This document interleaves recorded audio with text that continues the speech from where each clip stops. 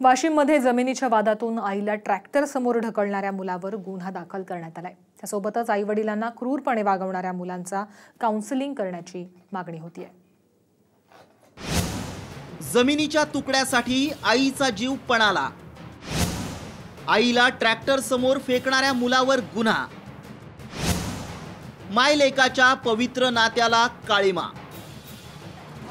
जन्मदात्या आईला ट्रॅक्टरच्या चाकाखाली फेकणारा हा मुलगा पहा।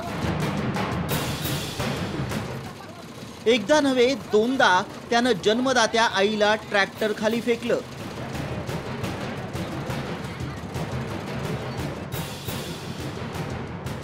हे सगळं कशासाठी?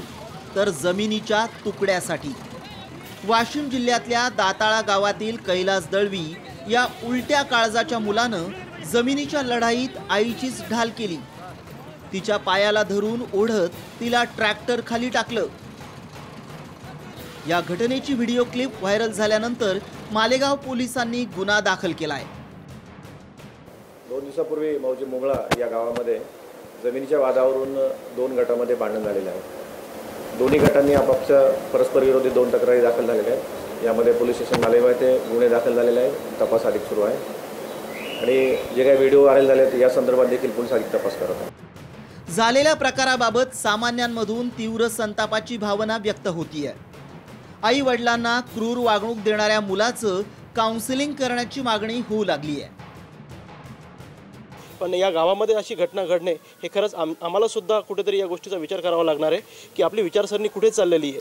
आपल्या वयोवृद्ध मातेचा आपण कशासाठी उपयोग करतो हे सुद्धा त्या परिवाराने लक्षात आणून देण्याची गरज आहे आणि या लोकांना कुठेतरी मानोपचार म्हणजे कुठेतरी त्यांचं एक काउन्सिलिंग झालं पाहिजे या मताचं मी आहे। कुठेतरी अशा पद्धतीने कनेक्टिव्हिटी किंवा आईवडिलांबद्दल असणारा जो आदर आहे तो कुठे कमी होत चाललाय की काय असं कुठेतरी वाटायला लागले। एक आई आहे ती 5 मुलांना सांभाळू शकते, पण 5 मुलं असून सुद्धा एका आईला सांभाळू शकत नाही ही आज शोकांतिका आपल्याला या घटनेतून बघायला मिळतीये। असे जे कोण हे नराधम मुलं असतील म्हणजे अशा वेळेला हे सगळं ऐकल्यावरती किंवा बघितल्यावर असं वाटतं की मुलं नसलेली बरी। ज्या आईनं जन्म दिला, हाताचा पाळणा केला, त्या आईला जनावरासारखं वागवणारे कमी नाहीत। उलट्या काळजाच्या या मुलांवर कठोर कारवाईची मागणी होतीये।